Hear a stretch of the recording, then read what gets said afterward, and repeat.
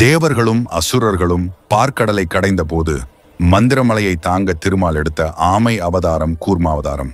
மலையை அசையும் போது தம் களைப்பு தீர்ந்து பெருமாள் நன்கு தூங்கி கழித்ததாக சொல்வர். பார்க்கடலை கடைய மந்திரமலை மத்தாக வேண்டியிருந்தது. அது சமயம் மந்திரமலையை பெருமாள் தாங்க வேண்டியதாயிற்று. அடிக்கடி அசுரர்களுக்கும் தேவர்களுக்கும் இடையே யுத்தம் ஏற்பட்டது. தங்கள் தீவிர பக்தியின் காரணமாக அசுரர்களில் செத்தவர்கள் எழுந்தனர்.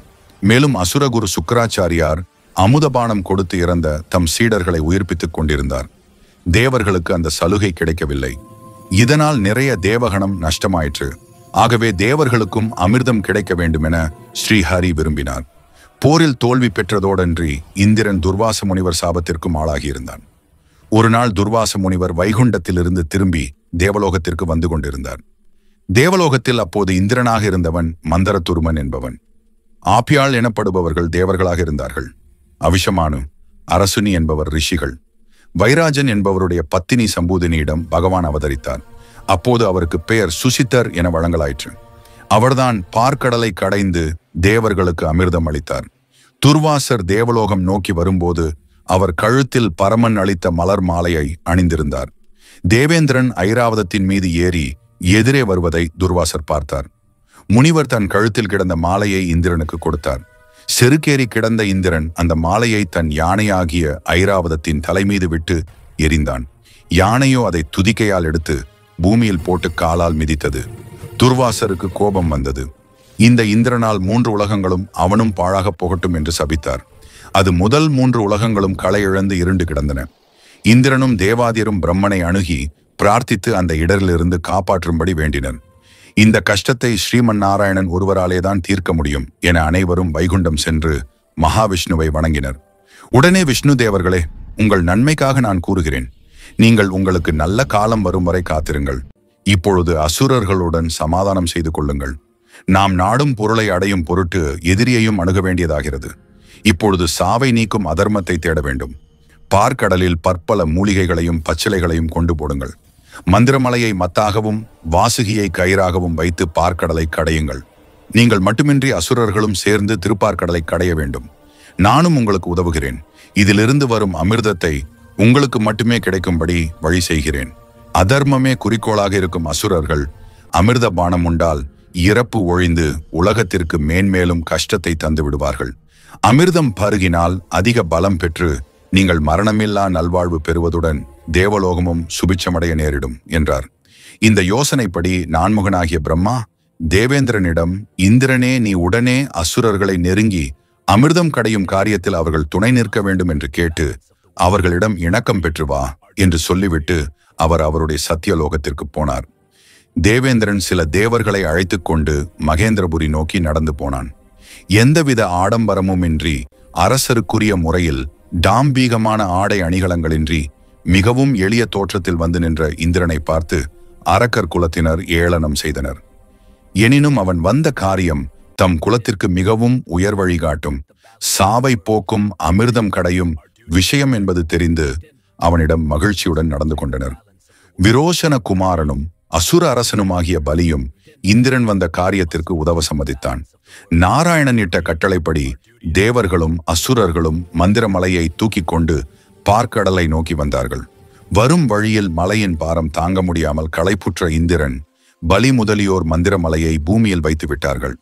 கீழே விழுந்த மலை பலரை தாக்கி கொன்றுவிட்டது. இதை அறிந்த ஸ்ரீஹரி கருடன் மீது ஏறி அங்கு வந்தார். வந்து தன் கருணை கடாட்சத்தால் காயமடைந்தவர்களை குணப்படுத்தினார். மலையை கருடன் மீது விளையாட்டாக தூக்கி வைத்துக் கொண்டு பார்க்கடல் நடுவே பறந்து சென்று மந்திரமலையை கீழே இறக்கினார். வாசுகி என்ற பாம்பிற்கு அமிர்தத்தில் பங்கு தருவதாக ஆசை காட்டினார்கள். தேவர் அசுரர்களின் வேண்டுகோளுக்கு இணங்க பாம்பு மந்திரகிரியை கடையும் கயிறாக மந்திரமலையை சுற்றி வளைத்துக் கொண்டது. தேவர்களும் அசுரர்களும் அமிர்தம் கடைய தொடங்கும் போது நாராயணன் பாம்பின் தலைப்பகுதியை பிடித்துக் கொண்டார். தேவர்களும் அவருடன் சேர்ந்து தலைப்புறமாக நின்றார்கள். இதை கண்ட அசுர தலைவர்கள், வாளை பிடிப்பது என்பது நம் நிலைக்கு இழுக்கு, அதனால் தாங்கள்தான் தலைப்பக்கம் நிற்போம் என்றனர். உடனே ஸ்ரீஹரியும் தேவர்களும் பாம்பின் வால் பக்கமும் அசுரர்கள் தலைப்பக்கமும் நின்று பார்க்கடலை கடையத் தொடங்கினார்கள். மலையோ அதனுடைய பெரும் பாரத்தால் கடலுக்குள் மூழ்கியது. உடனே பகவான் ஆமையாக அவதாரம் எடுத்தார். மந்திரமலையை தன் முதுகால் தாங்கிக் கொண்டார். மறுபடியும் இருசாரர்களும் தங்களது பணியை செய்யத் தொடங்கினார்கள். இந்நிலையில் வாசுகி என்ற பாம்பின் முகம் மற்றும் கண்களிலிருந்து உஷ்ண ஜுவாலைகள் வெளிவந்தன. ஆழகாலம் என்ற விஷத்தை கக்கியது. அந்த விஷத்தின் தன்மை எல்லா பக்கமும் பரவ ஆரம்பித்தது. அசுரர்கள் பாம்பை விட்டுவிட்டு தலைதெறிக்க நாலாபுரமும் ஓடிவிட்டார்கள். தேவர்கள் மீது மட்டும் மழை பொழிந்து கடல் காற்று வீசியது. எனினும் அமிர்தத்திற்கு பதில் கொடிய விஷமே பரவியது. இதனால் தேவர்களும் அசுரர்களும் மிகவும் சிரமப்பட்டனர். தேவர்களுடன் தேவேந்திரன் கைலாயத்திற்கு சென்று சிவபெருமானை பிரார்த்தித்தான். அம்பலதரசே, நாங்கள் பார்க்கடல் கடைந்த சமயம் வாசுகியின் தாங்க முடியாத ஆழகால விஷம் நாலாபுரமும் பொங்கி ததும்ப காண்கிறோமே ஒழிய அமிர்தம் வந்தபாடில்லை. ஆழகாலத்தின் விஷத்தை பொறுத்து கொண்டு எங்களால் அமிர்தம் கடைய முடியாது. எனவே தாங்கள்தான் எங்களை காத்தருள வேண்டும் என வேண்டினர். சிவபெருமான் தம் பிராட்டி உமாதேவியை அழைத்தார். அம்பிகையே, பார்க்கடலை கடைய ஆழகால விஷம் தடையாக உள்ளது. தேவேந்திரனும் நம்மிடம் சரணடைந்து விட்டான். ஆகவே நான் இப்பொழுதே சென்று அதை உட்கொள்ளப் போகிறேன். அதனால் அனைவரும் நன்மை பெறட்டும் என்றார். அம்பிகையும் அதற்கு ஆமோதித்தாள். அக்கணமே பார்க்கடலை அடைந்து விஷத்தை பருகினார் சிவபெருமான். உடனே உமாதேவி, ஆழகாலமே, பெருமானுடைய கண்டத்தளவிலேயே நில் என்று கூறியபடி பெருமானுடைய கழுத்தை அழுத்தி பிடிக்க விஷம் அவர் கழுத்திலேயே நின்றது. பின்னர் தேவர்கள் அனைவரும் சிவபெருமானை நீலகண்டன் என போற்றி துதித்தனர். தேவர்களும் அசுரர்களும் மீண்டும் பார்க்கடலை கடைந்தார்கள். அதிலிருந்து காமதேனு, வெள்ளை குதிரை, சிவப்பு மணி, ஐராவதம், பாரிஜாத மரம் போன்ற எண்ணற்ற பொருள்கள் வெளிவந்து தேவலோகத்தை அடைந்தன. மேலும் அதிலிருந்து வெளிவந்த திருமகளாகிய லட்சுமி தேவி ஸ்ரீஹரியை அடைந்தாள். அதற்கு அடுத்தாற்போல் அனைவரும் எதிர்பார்த்து கொண்டிருந்த ஸ்ரீஹரியின் அம்சமான தன்வந்திரி பகவான் அமிர்தம் ததும்பும் தங்க கலசத்துடன் வெளிவந்தார். இதை கண்ட அசுரர்கள் அந்த அமிர்த கலசத்தை பறித்து கொண்டு மின்னலென ஓடி மறைந்தனர். தேவர்கள் அனைவரும் தாங்கள் பட்ட கஷ்டங்கள் எல்லாம் வீணாகிவிட்டதே என்று வருத்தப்பட்டுக் கொண்டிருந்தனர். இதற்கிடையில் சற்றே தூரத்தில் அசுரர்கள் தங்களுக்குள் போட்டி போட்டுக்கொண்டு கலவரத்தில் ஈடுபட்டனர். அச்சமயம் ஸ்ரீஹரி ஆடவரின் சிந்தையை இழக்கச் செய்யும் சீரி அழகுடைய பெண் வடிவில் ஜெகன் மோகினியாக அவர்கள் முன் தோன்றினார். அதுவரை தங்களுக்குள் சண்டையிட்டுக் கொண்டிருந்த அசுரர்கள் வாயடைத்து நின்றனர். இவ்வளவு அழகுடைய பெண்ணை தாங்கள் கண்டதே இல்லை. பிரம்மன் தங்களுக்காகவே இவளை படைத்திருக்கிறான் என்று வியந்தனர். அழகியே, அனைவருக்கும் சொந்தமான ஒரு பொருளுக்கு நாங்கள் சுயநலத்தால் சண்டை போட்டுக் கொள்கிறோம். கஷ்யபர் மைந்தர்களான எங்களுக்கு பாரபட்சமின்றி சமாளவில் பங்கிட்டுத்தா என்றனர். கஷ்யபர் புத்திரர்களே, நீங்களோ பக்திமான்கள். ஓயாத ஆசையுடன் திரியும் ஓனாய் கூட பெண் அன்பிற்கு ஆளாகாது என்கிற உலகத்தில் புதிதாக வந்த என்னை எவ்வாறு நம்பினீர்கள் என வினவினாள். இவ்வாறு அவள் வினவியது மேலும் அவள் மேல் நம்பிக்கையை உண்டாக்கியது. அமுத கலசத்தை மோகினியிடம் அசுரர்கள் ஒப்படைத்தனர். நான் தான் பங்கிடுவேன். நான் எது செய்தாலும் எப்படி செய்தாலும் நீங்கள் ஏற்றுக்கொள்ள வேண்டும்.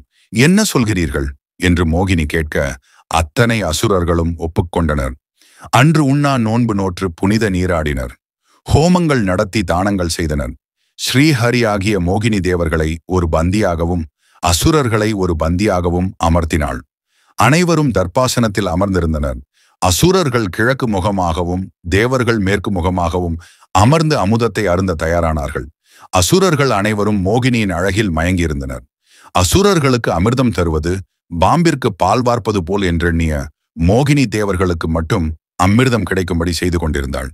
அசுரர்கள் அனைவரும் மயக்கத்தில் இருந்ததால் அவர்களுக்கு இந்த சூழ்ச்சி தெரியவில்லை. ஆனால் அசுரர்களில் ராகு என்பவன் மட்டும் இந்த சூழ்ச்சியை தெரிந்து கொண்டான். தேவர்கள் போல் உருமாறி சூரியனுக்கும் சந்திரனுக்கும் நடுவில் அமர்ந்து கொண்டு அமிர்தத்தை அருந்திவிட்டான். இந்த விஷயத்தை அறிந்த மகாவிஷ்ணு தனது சுதர்சனத்தால் ராகுவின் தலையை வெட்டி எறிந்தார். அமுது உண்டதால் தலையும் அழியவில்லை, உடலும் அழியவில்லை. இதை பார்த்த பிரம்மன் துண்டிக்கப்பட்ட தலையோடு ஒரு சர்ப்ப உடலை பொருத்தினார். துண்டிக்கப்பட்ட உடலோடு ஒரு பாம்பின் தலையை பொருத்தி இணைத்தார். அவை இரண்டும் ராகு, கேது என்ற பெயருடன் கிரக பதவி பெற்றனர். பின்பு தேவர்களுக்கும் அசுரர்களுக்கும் கடுமையான போர் நடந்தது. அமுதபானம் உண்ட தேவர்களை அசுரர்களால் அழிக்க முடியவில்லை. தேவர்கள் அசுரர்களை பாதாள லோகத்திற்கு துரத்தினார்கள். இந்த கூர்மவதார மூர்த்தியை பிரார்த்தனை செய்பவர்களுக்கும் அவர் சரித்திரத்தை பயபக்தியோடு சிந்தித்து அவரை தியானம் செய்பவர்களுக்கும் சகல சம்பத்தும் தீர்க்க ஆயுளும் உண்டாகும்.